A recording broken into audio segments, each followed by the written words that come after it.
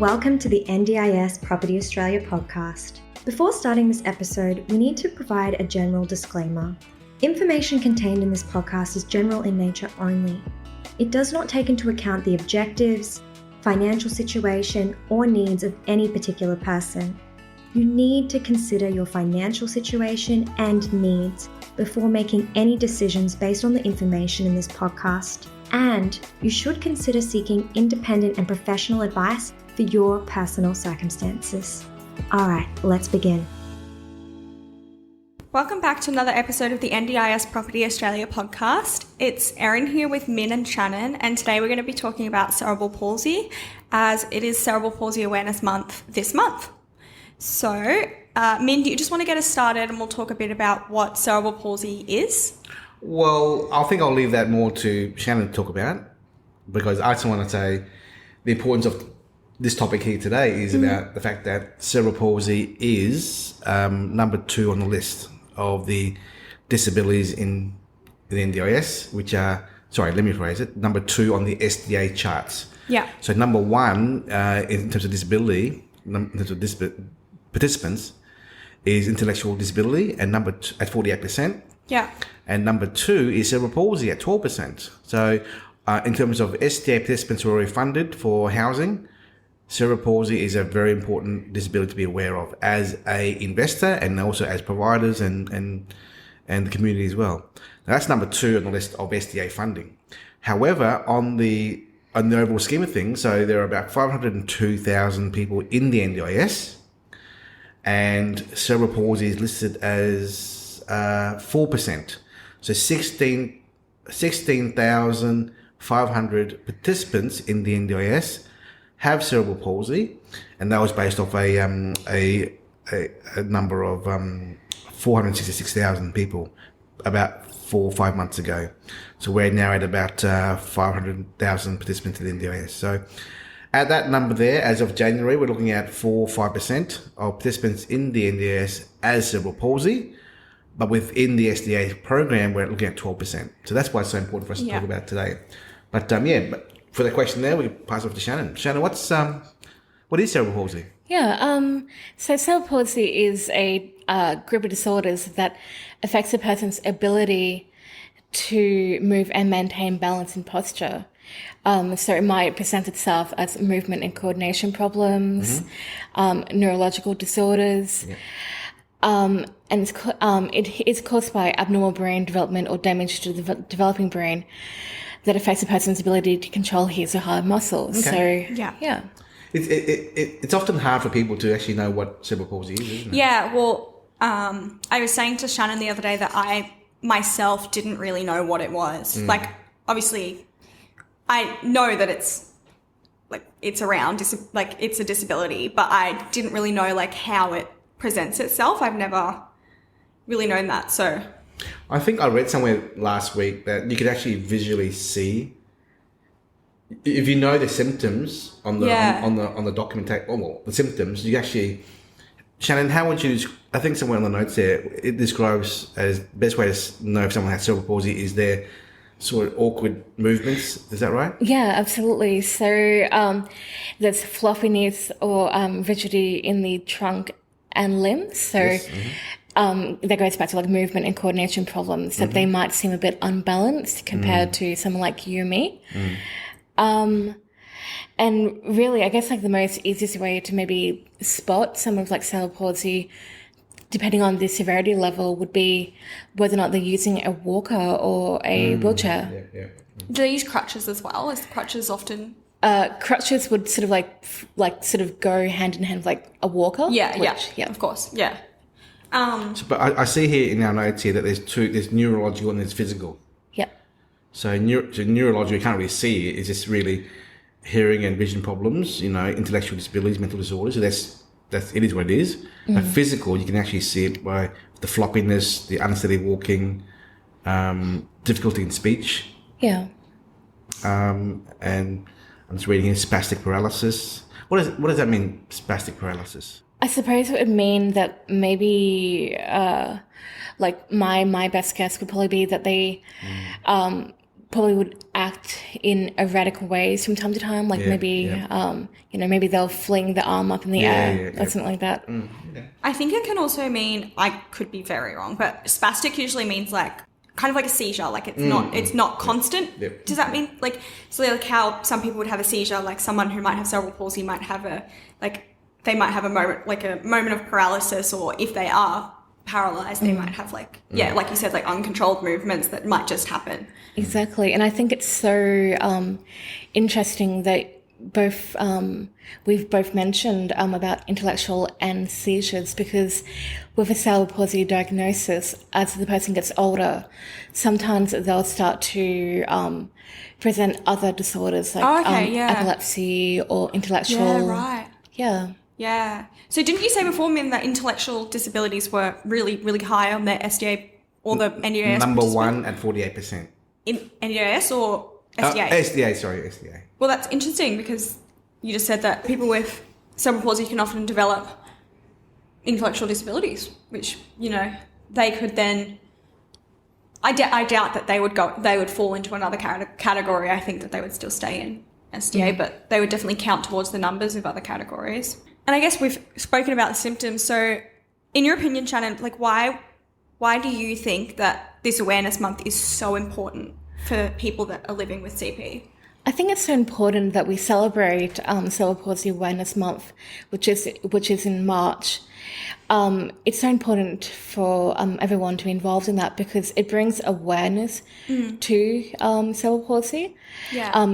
And people get to have a better understanding of what actually cerebral palsy is, how someone might present it, what treatments might be available, and what help is available for people diagnosed with cerebral palsy. On that, what treatments are available? Like, are there treatments available for someone? So there are some medications that can be taken, such as diazepam. But I think that it's so important that... Diazepam is a muscle relaxant, is that correct? Yes. Yeah, okay. So that would help with things like the spasms and all of that sort of stuff? Exactly. Oh, like, the tensing of the muscles, which might be present in their legs or feet. But it's so important like that if someone does have cerebral palsy, to speak to a doctor about what kind of medication would be best suited for them. Yeah. Are there any other treatments that are available?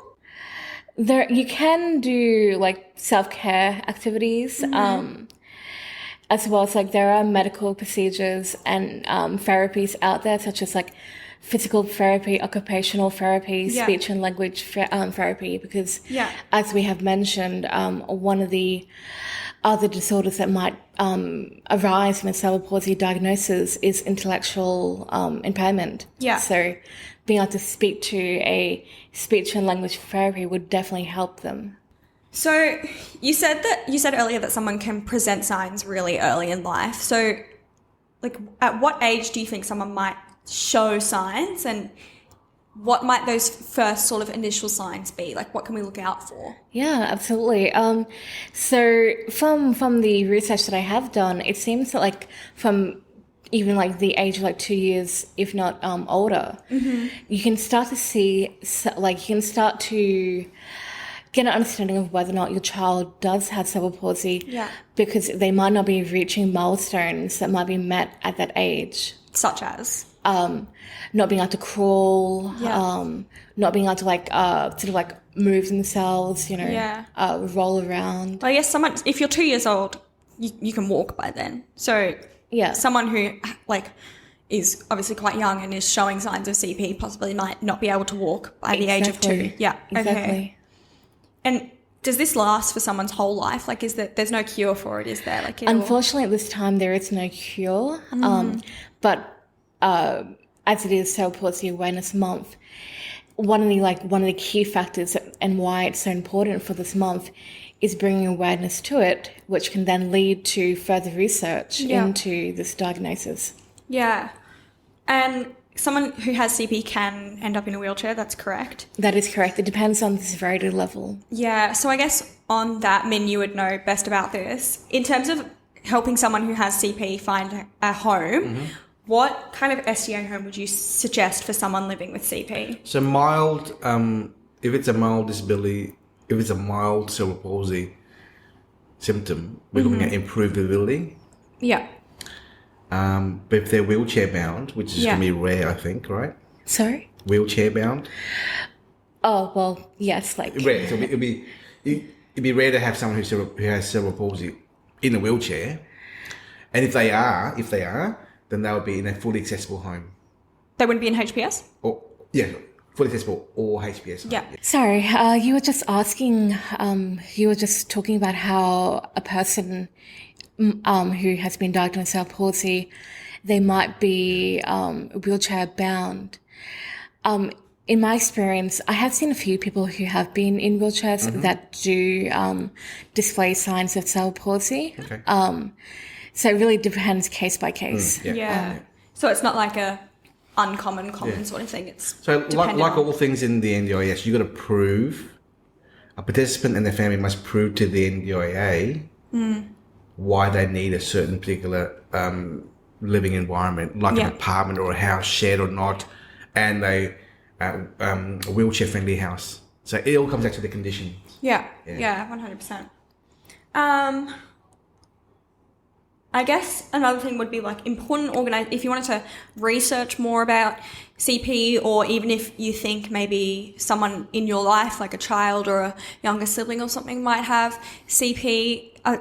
I guess, Shannon, you would probably know most. What are some important organisations that people can, go to, they can look at? I think probably the most popular resource that a person can have access to is a website called Cerebral Palsy League.